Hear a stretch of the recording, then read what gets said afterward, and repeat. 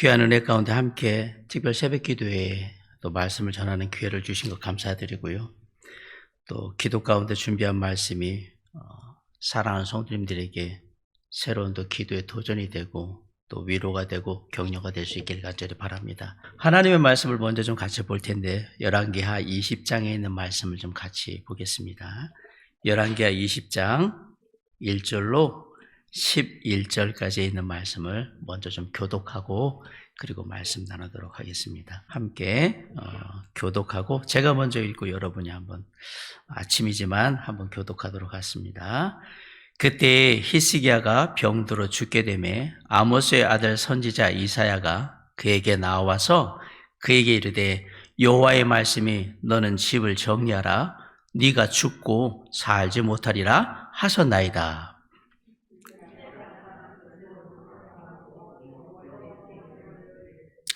여호와여 구하오니 내가 진실과 전심으로 주 앞에 행하며 주께서 보시기에 선하게 행한 것을 기억하옵소서 하고 히스기야가 심히 통곡하더라.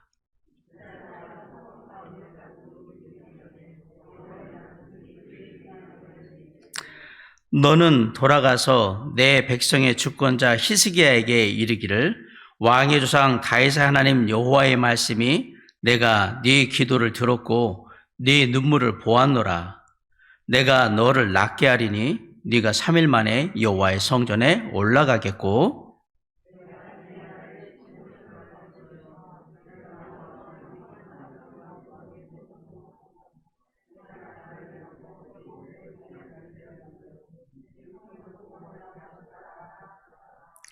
이사야가 이르되 무화과 반죽을 가져오라 하며 무리가 가져다가 그 상처에 놓으니 나으니라.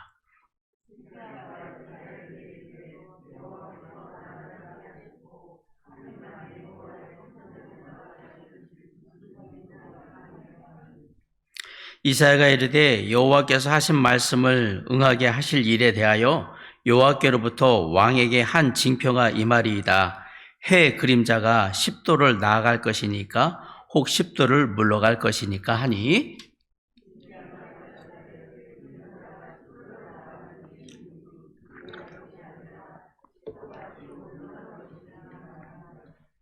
11절 선지자 이사야가 여호와께 간구하매 아하스의 해시계 위에 나갔던 해 그림자를 10도 뒤로 물러가게 하셨더라. 아멘. 잠깐 기도합니다. 사랑과 은혜가 풍성하신 아버지 하나님, 이 시간 귀한 말씀을 함께 나누고자 합니다.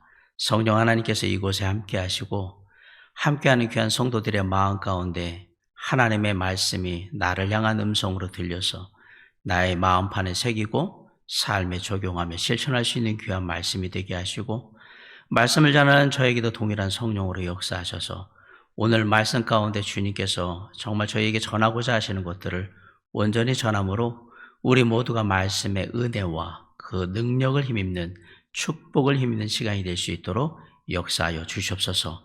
이 시간 모든 것 주님께 맡깁니다. 홀로 영광 받으시며 또 주관하셨길 간절히 바라올 때 예수 그리스도의 이름으로 감사하며 기도를 쌓나이다. 아멘. 요즘 세대가 세대이니만큼 사람들이 새로운 거, 뭔가 좀 좋은 거 이런 것들을 많이 보기를 원하고 그러다 보니까 교회에도 그런 모습들이 많습니다. 새로운 찬양, 새로운 사역 방법, 여러 가지 많은 새로운 것 이런 것들이 얘기가 되고 있는데 그러나 하나님의 사역 가운데 해 아래 새 것은 사실 없습니다. 그런 부분에서 저는 오늘 올드한 것, 클래식한 것을 얘기를 하려고 합니다. 기도에 관한 얘기는 아마 그렇게 풀어야 되지 않을까라는 생각이 있습니다. 오늘 우리 본문에 나와 있는 히스기야는 남왕국 유다의 제13대 왕이거든요. 아하스의 아들이고 25살의 왕이 되어서 29년간 나라를 다스립니다. 우리가 히스기야라는 왕을 잘 이해하기 위해서는 몇 가지 사건을 좀 살펴볼 필요가 있는데 히스기야의 삶에 나타나는 가장 중요한 첫 번째 사건은 그가 유대 왕으로 즉위한 지 6년 만인 31살 때에 북왕국 이스라엘이 아수르에게 멸망당하는 것을 직접 보게 됩니다. 때로는 진짜 원수 같기도 하고 때로는 진짜 연합할 수 없는 미워할 수밖에 없는 형제이면서 형제의 나라이면서도 그런 상황 가운데 있는 그런 나라였는데 그 나라가 멸망을 한 거예요. 예언대로 한 나라가 운명을 끝내는 것을 보면서 과연 왕으로서 히스기야는 어떤 생각을 했을까? 아마 하나님의 말씀대로 살지 않으면 우리나라도 저렇게 망하겠구나라는 생각을 아마 했을 것 같아요. 그런 의미에서 히스기야는 종교 개혁을 하게 되는데 히스기야가 성전을 수리하고 우상의 단을 제거하고 성전의 제사를 다시 회복하기 시작합니다. 백성들에게는 감사의 제물을 드리게 하고 또한 첫 열매와 11조를 드리게 함으로 말미암아서 정말 가장 중요한 교육들을 시키기 시작해요. 그리고 유월절 절기를 철저하게 지키기 시작합니다. 그 결과로 유대 땅에 예루살렘의 온성에 큰 기쁨이 넘쳤고 그리고 백성들이 축복을 누리게 되었다라고 얘기합니다. 이게 첫 번째 사건이고요. 두 번째 히스기야의 삶에 영향을 미쳤던 두 번째 사건은 아수르와의 전쟁입니다. 종교개혁을 하고 하나님의 축복을 받고 나니까 유다가 교만해지기 시작했습니다. 우리가 알지만 교만은 하나님 앞에 죄악이거든요. 죄악인 것과 별도로 아수르에게는 문제가 생겼어요. 지금까지는 유다가 이런 나라가 아니었는데 자꾸 강해지니까 이게 그냥 두면 나중에는 우리에게 위협이 되겠다라는 생각이 들어서 이게 더 위협이 되고 더 강대해지기 전에 처리를 해야 되겠구나라는 생각을 하게 된 겁니다. 그래서 히스기야 왕 제14년에 아수르의 왕인 산헤립이 유다를 침공하게 됩니다. 그러자 히스기야가 겁을 먹었어요. 그래서 아수르 왕한테 사람을 보냅니다. 그리고 이렇게 묻습니다. 우리가 어떻게 해주면은 돌아가시겠습니까? 얘기하세요 라고 해요.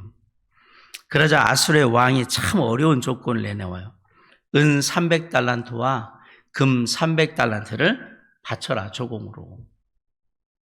참 어렵죠. 그래서 어쩔 수 없었기 때문에 히스기야 왕이 열왕기하 18장 16절에 보면 이에 여호와의 성전과 왕궁 곳간에 있는 은을 다 주었고 또 그때 유다 왕 히스기야가 여호와의 성전 문의 금과 자기가 모든 기둥에 입힌 금을 벗겨서 모두 아수르 왕에게 주었더라 이렇게 말하고 있어요.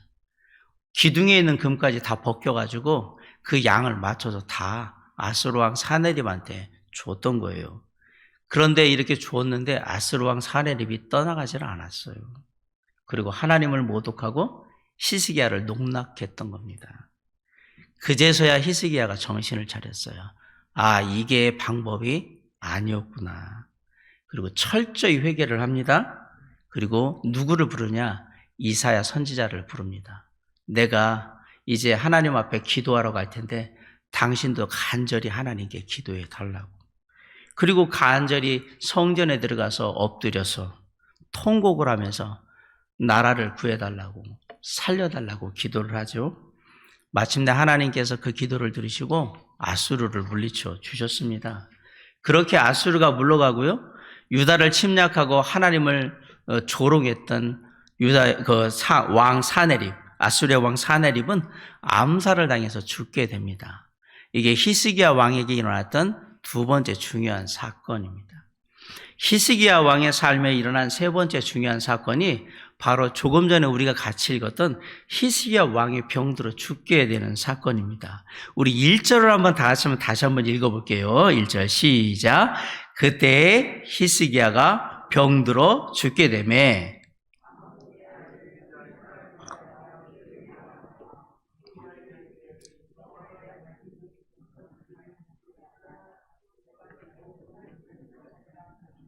네. 여기 보니까 1절에 그때라고 얘기하고 있어요. 그때는 언제냐면 아수르와의 전쟁에서 이기게 하신 하나님의 은혜를 경험하고 아울러 가장 큰 적이었던 아수르의 왕 사네립이 암살당한 그때를 얘기하는 겁니다. 히스기야가 왕이 된 지 14년이고요. 나이로는 39 정도 되는 때인데 사실 한창 이럴 때죠. 30대 지금 물론 39이지만 그리고 어떻게 보면 이제 히스기야 왕이 그 왕으로서의 삶에 전성기를 지금 막 보내고 있는 때예요. 아수르 왕까지 지금 제압을 했잖아요. 어쨌든 간에. 모든 게 잘 될 것 같은 때입니다. 그리고 하나님께서 어떻게 하셨는지 그 능력도 경험한 때입니다. 그런데 그때 하나님께서 뭐라 그러냐면 방 빼, 짐 싸, 이제 너는 다 살았다 이렇게 얘기하는 거예요. 무슨 일이 그동안에 있었는지는 사실 몰라요. 왜냐하면 성경에 그것에 대한 기록이 없기 때문에. 하지만 하나님께서 히스기야의 생명을 거두시겠다라는 사실, 그거는 분명한 사실이고요. 하나님은 아무런 계획, 다른 일이 없다라면 그 계획대로 그대로 히스기야의 생명을 거두실 게 분명한 일입니다. 그런데 그렇게 히스기야가 끝날 것 같았는데 여기에 극적인 반전이 생겼습니다. 5절 하반절에 보면 내가 너를 낫게 하리니 네가 3일 만에 여호와의 성전에 올라가겠고, 6절에 내가 네 날에 15년을 더할 것이며 내가 너와 이 성을 아스로 왕의 손에서 구원하고 내가 나를 위하고 또 내 종 다윗을 위함으로 이 성을 보호하리라 라고 말씀합니다. 그러면서 7절로 11절에 보면 너의 목숨을 내가 15년 연장시킨다는 그 증거가 뭔지, 그 증거가 뭐냐면 해 그림자를 뒤로 10도 돌리는 걸 통해서 내가 너한테 너의 목숨을 구하고 이 나라를 보호할 거라는 사실을 내가 증명해 줄게 라고 그 일을 하는 거거든요. 이 상상할 수 없는 놀라운 반전, 하나님의 은혜로 극적인 반전을 이룰 수 있게 된 계기가 뭘까? 그것은 바로 기도입니다. 오늘 우리가 특별 새벽 기도의 첫 날인데 제가 제 아내하고 얘기하면서 특별하게 말씀을 부탁했는데 무슨 말씀을 드릴까? 그러니까 제 아내가 다른 얘기를 하더라고요. 그런데 제가 뭐라냐면 그래도 특별하게 기도하겠다고 모여있는 분들한테 기도에 대해서 얘기를 해야 될 것 같다. 그래서 참고하겠고 나는 기도에 대해 얘기하겠다 이러고 왔어요. 우리 2절로 3절로 한번 다 같이 한번 읽어봅시다. 2절, 자 시작. 히스기야가 낯을 벽으로 향하고 여호와께 기도하여 이르되, 3절 여호와여 구하오니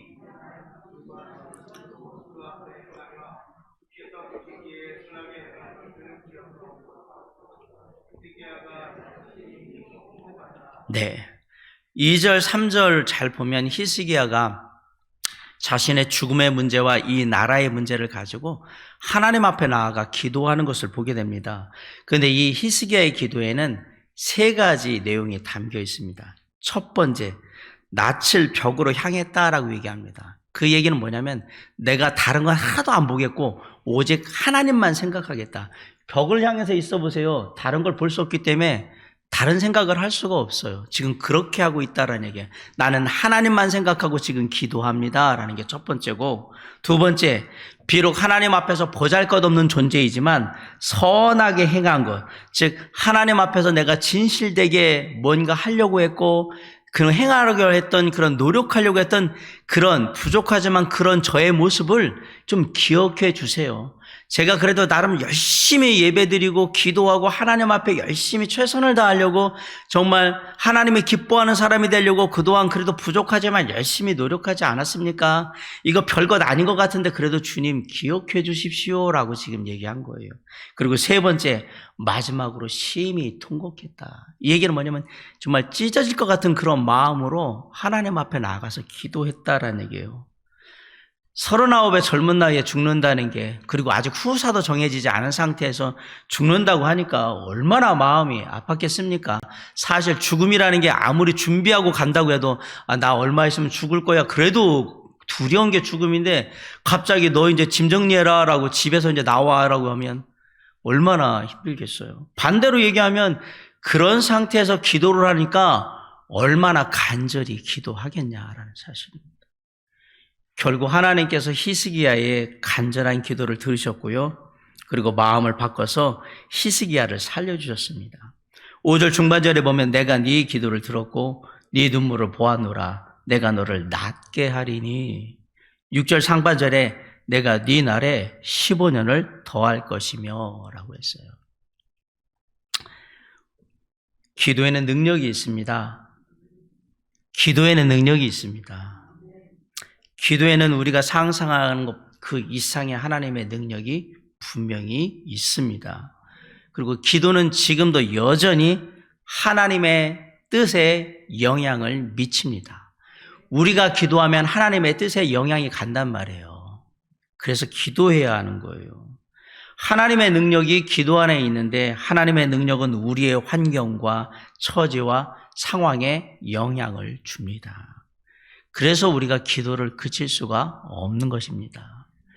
여기 앉아 계신 분들이 아마 신앙생활은 저보다 훨씬 많이 오래 하신 분들이 거의 대부분이라고 생각할 건데 지금까지 인생을 어떻게 살아오셨습니까? 주님께 기도함으로 주님의 은혜를 받아서 살았잖아요.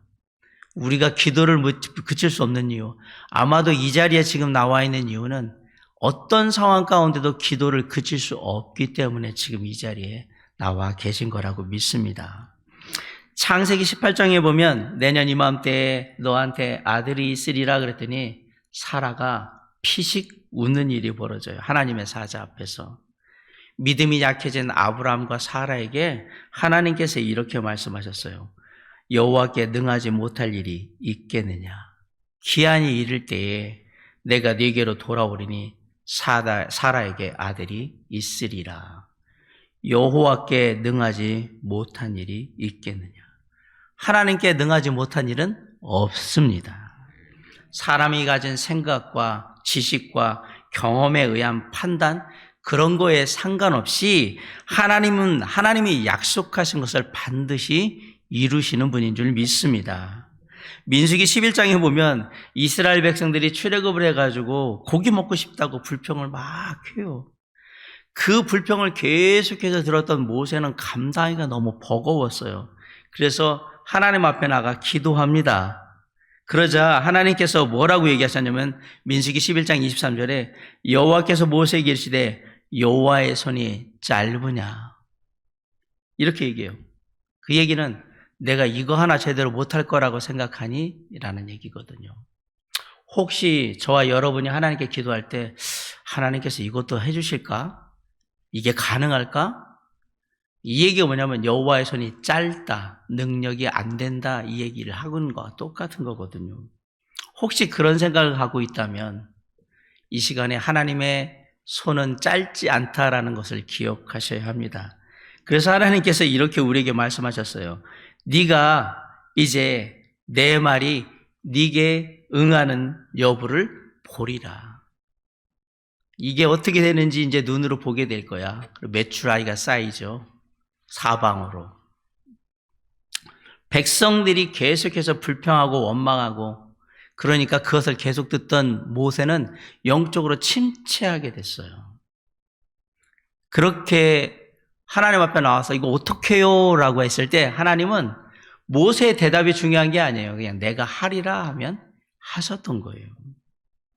오늘날에 우리가 간절한 기도를 할 때 하나님께서는 우리가 어떤 생각을 가진 거와 상관없이 우리의 기도에 그냥 당신이 능력으로 얼마든지 역사하실 수 있는 분이십니다. 열왕기하 3장의 북왕국 이스라엘의 왕 요람이 그동안 이스라엘에게 조공을 바쳤던 그 모압이 반란을 일으킵니다. 이거 봐라. 우리한테 조공을 바쳤었는데 이제는 좀 컸다고 반란을 하네. 그래서 남왕국 유다의 왕 여호사밧과 함께 모압을 치자고 제안을 합니다. 그래서 북왕국 이스라엘과 남왕국 유다, 거기에 에돔까지 합쳐서 삼국 연합군이 모압을 공격을 하게 되는데 그런 여정에 그만 전쟁을 하러 가려고 했는데 여정에 마실 식수가 물이 다 떨어져 버린 거예요. 아직 모압과의 전투는 시작도 하지를 못했어요. 그리고 이미 7일이나 행군을 해왔습니다. 그런데 다시 돌아가서 물을 가져오기에는 막막한 상황이고 주변에 물이 하나도 없어요. 지형 자체가.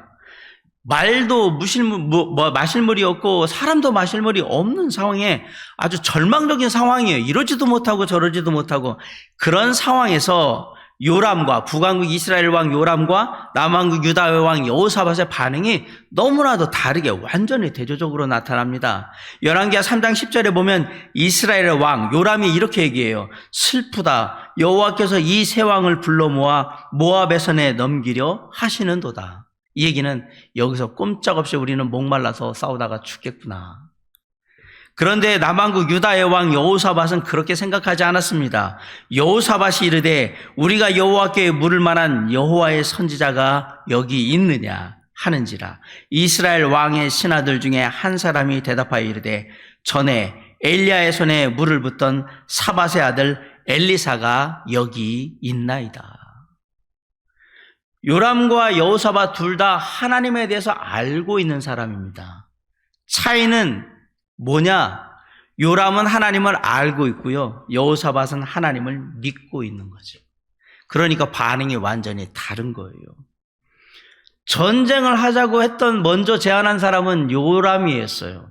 근데 요람은 전쟁을 자기가 하자고 해놓고 지금 절망적인 탄식을 하고 있고, 전쟁에 합류한 여호사밧은 지금 이런 상황에서 뭘 하려고 하냐면 하나님께 기도하려고 하는 거예요. 하나님께 간구하게 돼요. 결과는 어떻게 되느냐? 하나님이 선지자 엘리사에게 이렇게 말씀하십니다. 열왕기하 3장 16절로 17절에 보면 여호와의 말씀이 이 골짜기에 개천을 많이 팔아 하셨나이다. 여호와께서 이르시되 너희가 바람도 보지 못하고 비도 보지 못하되 이 골짜기에 물이 가득하여 너희와 너희 가축과 짐승이 마시리라 하셨나이다. 사방에 물이 하나도 없는 데인데 뭐라고 얘기하냐면 개천을 파라고. 물 흐르게 개천 파. 여기에 이 골짜기에 물이 가득할 것이라. 그리고 니들이 다 마시게 될 거야. 정말 놀라운 말씀이 아닙니까? 그런데 그 다음의 말씀이 더 중요합니다. 열왕기하 3장 18절에 이렇게 말씀합니다. 이것이 여호와께서 보시기에 작은 일이라. 저와 여러분에게 이런 믿음의 고백이 있어야 합니다. 내가 힘들고 어렵고 때로는 사람이 할 수 있는 일 같지 않고 이게 가능할까? 이게 될까라는 그런 정말 우리가 생각할 때는 버거운 일일지 모르겠는데 하나님에게 그거는 아주 쉬운 일, 별로 어렵지 않은 일, 작은 일, 작은 일. 그래, 하나님께는 이게 작은 일이야. 그냥 나는 그 능력의 하나님만 믿고 기도하면 돼. 그러면 하나님이 이루어 주실 거야. 주님의 뜻에 합당하다면 모든 일은 다 작은 일입니다. 우리가 아무리 대단하고 어마어마한 일이라고 생각할지라도 하나님 보시기에는 그 아무 일도 아니었던 겁니다. 하나님의 천사가 성령으로 예수님을 잉태한 마리아에게 나타났어요. 그리고 이렇게 얘기합니다. 누가복음 1장 37절에 대저 하나님의 모든 말씀은 능하지 못하심이 없느니라. 예수님께서는 제자들에게 마태복음 19장 26절에서 이렇게 얘기했어요. 사람으로는 할 수 없으나 하나님으로서는 다 하실 수 있느니라. 하나님께서 에스겔 선지자에게 마른 뼈의 환상을 보여주시면서 이렇게 물으셨습니다. 인자야, 이 뼈들이 능히 살 수 있겠느냐?